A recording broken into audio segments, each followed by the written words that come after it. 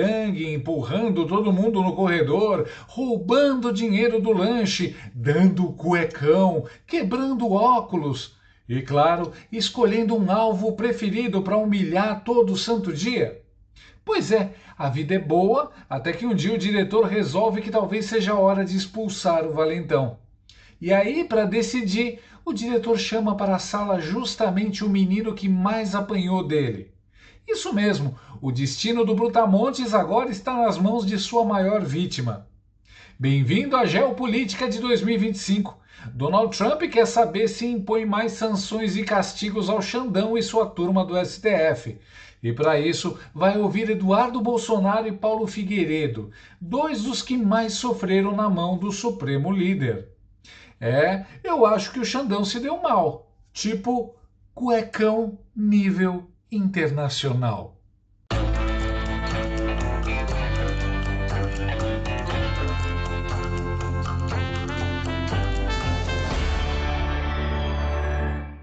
Cada vez mais brasileiros estão vivendo com medo. Medo da crise econômica, da violência, da inflação que corrói o salário e da censura nas redes sociais. Tudo reflexo direto do governo do PT.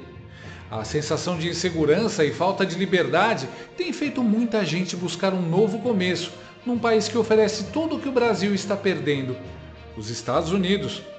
E se esse também é o seu caso, você tem que fazer isso com responsabilidade. Com as novas regras do governo Trump, o processo para conquistar o Green Card ficou mais exigente. E só uma empresa séria pode te guiar com segurança. A ILSA é referência no mercado de imigração, com anos de experiência, milhares de clientes atendidos e um compromisso real com o seu futuro. Além disso, é um escritório de advocacia licenciado nos Estados Unidos e isso reforça a segurança e as chances de aprovação para quem quer morar na terra do tio Sam. Se você quer sair do Brasil e recomeçar legalmente nos Estados Unidos, fale com a doutora Karine. Aponte a câmera para o QR Code ao lado ou chame pelo WhatsApp na tela e dê o primeiro passo com quem entende do assunto. Com a ILSA, seu sonho americano começa de forma segura, profissional e confiável. Eduardo Bolsonaro e Paulo Figueiredo estão de malas prontas para Washington. Sim, brasilinas e brasilinos, a capital dos Estados Unidos vai receber o 03 e o príncipe herdeiro do Vaza-Toga. E não é para passeio no Capitólio ou para visitar o Museu do Smithsonian. É para reunião oficial com o time de Donald Trump. Nesse momento, Gilmar, Barroso, Gonê e Lula devem estar se revezando no trono. E eu não estou falando do trono do Planalto, mas do trono de porcelana. Ou quem sabe até enchendo as calças de material Barroso antes mesmo de chegarem à privada. Porque, veja bem, quando Trump chama alguém para conversar sobre o Brasil, não é para trocar receita de caipirinha. É para saber qual o tamanho da bagunça e quem é o dono da bola de ferro que está afundando o país. Segundo a CNN Brasil, e se até a CNN está falando, é porque os sinais de fumaça já viraram incêndio, a pauta é pesada. Censura do STF, perseguição a parlamentares, sanções da Lei Magnitsky e aquele detalhe básico: como um único ministro resolveu brincar de O Senhor dos Anéis, mas com um único anel do poder para mandar o Brasil para a vala. Eduardo Bolsonaro e o jornalista Paulo Figueiredo foram chamados pelo governo dos Estados Unidos para mais uma rodada de reuniões presenciais em Washington, com autoridades e auxiliares de Donald Trump. Os encontros estão marcados para quarta e quinta-feira da semana que vem. E qual que é o assunto? Eles foram chamados para atualizar a situação política, a situação jurídica aqui do Brasil. Os dois, vale lembrar, não estão participando diretamente da discussão sobre o tarifaço de 50% imposto por Donald Trump a produtos brasileiros. Mas pode ser que esse assunto entre também em pauta.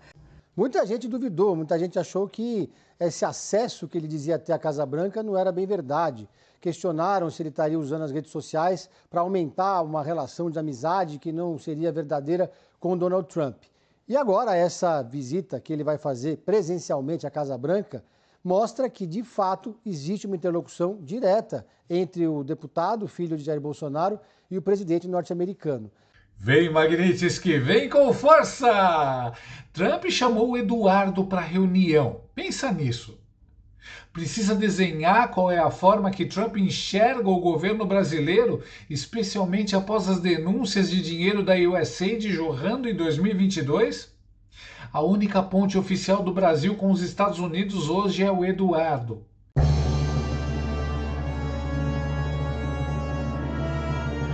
Empresários, procurem-no e vejam a nossa situação. O Laranjão quer um update da novela brasileira. E não é a versão romantizada da Globo. É a versão sem filtro, com áudio vazado, plot twist e vilão exagerado. Tipo House of Cards, mas com a produção do Zorra Total.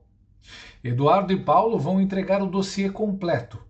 Vão falar sobre a escalada da censura pelo STF, os deputados perdendo o mandato por falar o que pensam, as sanções já aplicadas contra o Xandemar e o festival de ilegalidades do Vaza Toga 2. Isso é mais recheado que trilogia do Poderoso Chefão. Afinal, se fosse filme, Xandecir teria uma mistura de Don Corleone com Thanos. Eu sou inevitável, só que com toga. E isso sem falar do que aconteceu nessa última semana. Senadores da oposição fazendo a sua parte, juntando 41 assinaturas para dar início ao processo de impeachment do Xandão. Deputados da oposição ocupando a Câmara para pautar a anistia e correndo o risco de perderem o mandato por isso. O povo voltando às ruas. A imagem do cruzeiro resplandece, gigante pela própria natureza, recebe forte impacto do colosso, do seu futuro. Xandão descontrolado e Alcolumbre dizendo que não vai pautar impeachment e pedindo uma Magnitsky para chamar de sua. E olha que também tem as revelações da Vaza Toga 2, com provas de que houve perseguição política aos apoiadores de Bolsonaro e o STF fez prisões ilegais, baseadas em opiniões políticas expressas em posts antigos. Essa reportagem que comprova os abusos do judiciário não foram transmitidos por todos os órgãos de imprensa no Brasil. Eu quero falar de um assunto que me deixou extremamente estarrecido e preocupado com os rumos do judiciário e da comunicação no Brasil. Eu falo especificamente da divulgação das mensagens do grupo de WhatsApp que tinham os assessores do ministro Alexandre de Moraes, a tal Vaza Toga. É um absurdo quando você pega e tem acesso a essas mensagens e você vê o que pautou, o processo no STF sobre as pessoas que estavam sendo processadas no 8 de janeiro, foi muito menos questões objetivas do processo e muito mais questões ideológicas. Não dá para a gente aceitar no Estado Democrático de Direito que o que paute a conduta do magistrado e seus assessores sejam questões ideológicas e não questões objetivas, probatórias dentro do processo judicial. Então, quando eu vi a mensagem da chefe de gabinete do Alexandre de Moraes pedindo para os assessores buscarem publicações em redes sociais de modo a incriminar determinada pessoa, é um absurdo. Não dá para a gente aceitar expediente e postura dessa forma do Poder Judiciário. Ainda mais quando o próprio membro do Ministério Público pediu a liberação das 20 pessoas. Aí a assessora fala assim, procurem aí nas redes sociais mais informações sobre determinadas pessoas, porque o Ministério Público quer liberar essas pessoas. E o ministro Alexandre de Moraes pediu para segurar, enquanto a gente não faz uma varredura total nas redes sociais dessa pessoa. Então, absurdo, realmente reforça a narrativa de perseguição política e de abuso em relação a esses processos. No Estado Democrático de Direito, nós temos que respeitar o papel institucional dos órgãos da Justiça. O ministro do STF, o juiz, julga. O membro do Ministério Público é o fiscal da sociedade e ele requer ao STF determinados procedimentos. Então, se ele requereu a liberdade provisória das pessoas, cabe ao STF liberar as pessoas e não criar artífices e instrumentalização para deixar essas pessoas presas. E quando eu falo que o problema também não é só do judiciário, também é da comunicação do Brasil, é que você vê que essa reportagem que comprova os abusos do judiciário não foram transmitidos por todos os órgãos de imprensa no Brasil, o que é outro absurdo. O núcleo republicano acredita que o Brasil esteja atravessando um processo de erosão institucional, disfarçada sob o discurso de defesa da democracia. O gesto do governo Trump, ao ouvir um opositor direto do governo petista, mostra o provável alinhamento de Washington com a direita brasileira nas eleições de 2026. Além disso, a convocação de Eduardo para o encontro reforça a percepção de que a crise brasileira ultrapassou as fronteiras nacionais. A judicialização da política, a perseguição seletiva de opositores e a parcialidade no Supremo viraram temas de relevância internacional, especialmente para o governo norte-americano. A CNN Brasil informou que Eduardo Bolsonaro e Paulo Figueiredo estão trabalhando para que o governo Trump não aplique sanções aos demais ministros do Supremo Tribunal Federal nessa primeira vez e não imponha mais tarifas a produtos importados do Brasil. Não ria, não. Se você... Quem deve estar morrendo de inveja do Eduardo e do Paulo Figueiredo são os próprios togados. Afinal, tudo o que eles mais queriam era ter acesso à Casa Branca. A Veja contou que ministros tentaram falar com republicanos nos Estados Unidos para entender se estão na lista negra do Trump ou não. Resultado? Mais porta na cara que vendedor de consórcio. Imagina o Chandler Clayson tentando ligar para o Marco Rubio e caindo na secretária eletrônica com a musiquinha Sorry, not sorry. As abordagens envolveram contatos com congressistas republicanos integrantes da academia, mas foram infrutíferas. A avaliação é a de que poucos têm acesso real aos planos do Laranjão, que condicionou a flexibilização das tarifas impostas ao Brasil ao fim do que classificou como caça às bruxas contra Bolsonaro. Como nenhum dos 11 integrantes do Supremo foi avisado sequer informalmente de que seus vistos americanos foram suspensos, os togados não têm informações concretas se também estão entre os alvos das sanções da Lei Magnitsky. Olha que ironia! Como disse o brilhante Alexandre Garcia, agora os togados estão experimentando as mesmas incertezas e a mesma sensação de impotência que os oponentes políticos perseguidos por eles sentiam. O ministro Moraes deve estar se sentindo um Mauro Cid, no dia em que ele lembrou a Mauro Cid que as investigações, o inquérito poderiam pegar a mulher dele, a filha, o pai. O Supremo, neste momento, os ministros do Supremo, estão sentindo o que sente um réu que é posto, não no juiz natural da primeira instância, mas já na instância derradeira. Eles não têm a quem recorrer das decisões do governo americano. Não tem o Papa, andaram procurando o Tribunal Internacional, não tem jeito. Então é isso que sentem os réus que foram para o Supremo devendo estar, segundo a Constituição que fala em juiz natural, lá no artigo 5º, que é uma cláusula pétrea, deveriam estar na primeira instância. Eles sempre tiveram passaporte carimbado e tapete vermelho. Agora estão com medo de viajar e levar um carimbão da Casa Branca.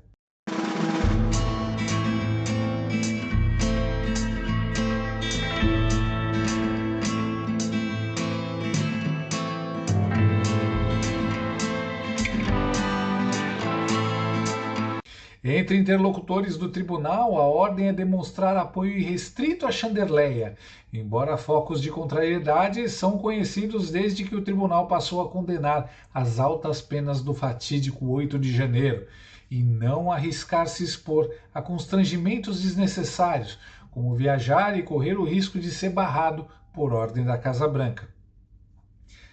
Mas algo me diz que os togados saberão em breve o que os aguarda. E ainda tenho medo da fase 2 da Magnitsky, a inclusão de Viviane Barcy, a dona Vivi, esposa do Chandelle. Seria uma espécie de Vingadores Ultimato, versão justiça poética, porque Xandão adora arrastar mulher e filha de opositor para os inquéritos, né? Segundo a CNN, os Estados Unidos preparam a documentação para a aplicação da Lei Magnitsky à esposa do Xandão, Viviane Barcy, para que seja avaliada pelo secretário Marco Rubio e pelo presidente Donald Trump. Autoridades do governo de Donald Trump estão fazendo um levantamento de uma série de documentos da mulher do ministro do Supremo Tribunal Federal, Alexandre de Moraes. Eu estou falando de Viviane Barsi, porque o governo americano quer deixar tudo pronto para, se Donald Trump decidir, aplicar a lei Magnitsky pessoalmente contra ela. Claro, a palavra final ainda tem que passar, pela avaliação final de Marco Rubio, também, claro, do presidente dos Estados Unidos, Donald Trump. Vamos lembrar que o ministro do Supremo Tribunal Federal, Alexandre de Moraes, já está sofrendo a sanção, já está sendo aplicada sobre ele a lei Magnitsky e agora vai também, vou chamar o Pedro Venceslau para conversar com a gente, agora eles estão estudando, levantando, preparando uma documentação, caso decidam aplicar contra a esposa de Alexandre de Moraes. Não especificamente por conta do trabalho dela, mas, claro, uma maneira de atingir, uma maneira ali de retalhar, aumentar a retaliação sobre Alexandre de Moraes. Pedro Venceslau, vai ficando cada vez mais difícil a situação de Alexandre de Moraes, né? Mas é uma situação muito sui generis, porque a lei Magnitsky foi criada para cumprir um determinado papel e está sendo completamente desvirtuada pelo presidente norte-americano Donald Trump. Ela foi criada porque teve um advogado russo que denunciou um esquema de corrupção e foi assassinado na prisão. E ela tinha um objetivo muito claro quando ela, na gestão Obama, passou a operar. Inclusive, o criador dessa lei viaja por vários países tentando convencer os presidentes e os legisladores locais a adotarem versões locais da lei Magnitsky. Agora, o Brasil não se enquadra nesse tipo de crime para o qual a lei Magnitsky foi criada. Ela não se trata de um caso de corrupção, não se trata de um caso de tortura, de um caso de golpe de Estado, nem nada disso. Trump sancionando a mulher do Xandão. E o Xandão, como tá? Amor, tem uma notícia, mas você promete que não vai ficar brava? É que aconteceu uma coisinha, mas eu juro que não foi minha culpa. A culpa é do Bolsonaro. Em primeiro lugar, caro repórter da CNN, a lei Magnitsky não foi desvirtuada, foi aplicada por Moraes ser um violador dos direitos humanos. Que comentarista vagabundo a serviço do regime, hein? Foram anos de denúncias, depoimentos e articulações nos Estados Unidos contra o regime político instalado no Brasil. A aplicação da lei Magnitsky é apenas consequência desse trabalho. Mas, num esforço para justificar o injustificável, o comentarista esconde que a lei também sanciona violadores de direitos humanos. Aliás, o Sergei Magnitsky morreu na prisão sem tratamento médico, assim como o Clezão.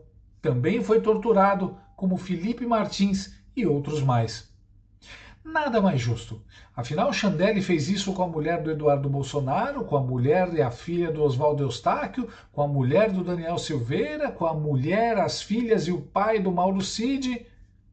Aqui se faz, aqui se paga. Tem que ser na esposa, o CPF, e ver se tem como colocar o CNPJ do escritório de advocacia, que é o braço financeiro do casal. E você acha que parou por aí? Olha que aula de democracia de quem inventou a democracia moderna. A separação de poderes entre os diferentes ramos do governo é a maior garantia de liberdade já concebida pela mente humana. Nenhum ramo ou pessoa pode acumular poder demais se controlado pelos outros. Mas uma separação formal de poderes não significa nada se um ramo tiver meios de intimidar os outros a abrir mão de suas prerrogativas constitucionais. O que está acontecendo agora no Brasil ressalta esse ponto. Um único ministro do Supremo Tribunal Federal usurpou o poder ditatorial ao ameaçar líderes dos outros poderes ou suas famílias com prisão, encarceramento ou outras penalidades.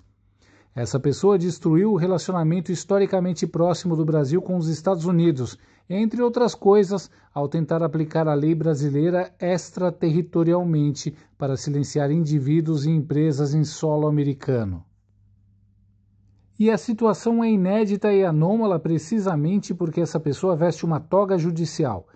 Enquanto sempre podemos negociar com líderes dos poderes executivo ou legislativo de um país, não há como negociar com um juiz, que deve manter a pretensão de que todas as suas ações são ditadas pela lei. Assim, nos encontramos em um beco sem saída, onde o usurpador se encobre no Estado de Direito e os outros poderes insistem em se considerar impotentes para agir. Se alguém se lembrar de um precedente na história da humanidade em que um único juiz não eleito tenha assumido o controle do destino de sua nação, por favor, nos avise. Queremos retomar nossa amizade histórica com a grande nação do Brasil. Isso é tipo receber sermão sobre dieta do Arnold Schwarzenegger. Os jogos começam agora. Impressionante como os gringos sabem exatamente como as coisas estão acontecendo no Brasil. E ainda avisaram que não dá para negociar com o juiz que se esconde atrás de toga para justificar abuso de poder. Ou seja, Chandler Clayson, seu free trial de Supremo Plus, acabou. O recado foi direto. Congresso, acorda. Flávio Dino, Mota, Alcolumbre, quem avisa amigo é. Se ignorarem, vão acabar igual ao cachorro da família que percebe a presença maligna no filme de terror. Nem chega na metade do filme. O mais delicioso é que quem vai falar para o Trump sobre o comportamento desses campeões da democracia são justamente aqueles que eles perseguiram, debocharam e tentaram destruir. Eduardo Bolsonaro e Paulo Figueiredo. É como naquelas séries de tribunal em que a testemunha-chave é o ex-sócio traído que sabe onde todos os corpos estão enterrados. Os gringos já entenderam o enredo. Agora a temporada final começa. Game of Togas, a queda do Supremo.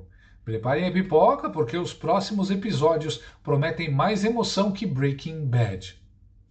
E se você acha que o Chandecir já estava nervoso, espera só o dia que tocar o telefone e do outro lado for o Departamento de Estado perguntando: Senhor Moraes, está sentado? E no fim das contas o jogo virou bonito. O valentão da escola, aquele que adorava humilhar, roubar lanche e dar cuecão, agora está sentado na salinha do diretor, esperando o veredito de quem ele mais perseguiu. Xandão, meu querido, o seu boletim internacional está nas mãos do Eduardo Bolsonaro. E olha, se fosse prova de popularidade, já pode preparar o boletim com nota vermelha e bilhete para os pais, porque esse castigo vai ser sem recreio. Ai, ai, essa caspa no meu cabelo tá me matando, tá coçando o meu cabelo. Já tô 30 segundos e ninguém me atendeu ainda, vou ter que dar 14 anos de prisão pra alguém hoje. Oi, companheiro, que tipo de corte que você vai querer hoje? Só não peça pra mim cortar um dedo. Eu gostaria de saber em que tipos de corte você é especialista, meu amigo. Sou especialista em cortes na saúde, educação, infraestrutura, corto mesmo. Então, meu amigo, minha esposa disse que meu cabelo é crespo, então dê um jeito nisso. Olha só, companheiro, fiz o que você pediu, o melhor corte de todos. O que achou? Muito bom, Lully, ficou simplesmente divônico. Você é o melhor. Muito obrigado mesmo pelo corte. A ministra Carmen Lúcia vai ficar com inveja do meu cabelo. Agora só preciso pegar o dinheiro para te pagar, companheiro. Ué, cadê meu dinheiro? Sai da minha frente, sua baranga. Isso foi mais fácil que cortar aquele cabelo, passei a mão naquele cabeça de pirulito.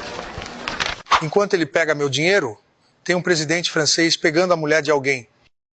Gostou desse vídeo? Então inscreva-se no canal, comente, curta e compartilhe com seus amigos. Não gostou? Compartilhe com seus inimigos. Até o próximo vídeo, se o mundo não acabar antes. Por hoje é só.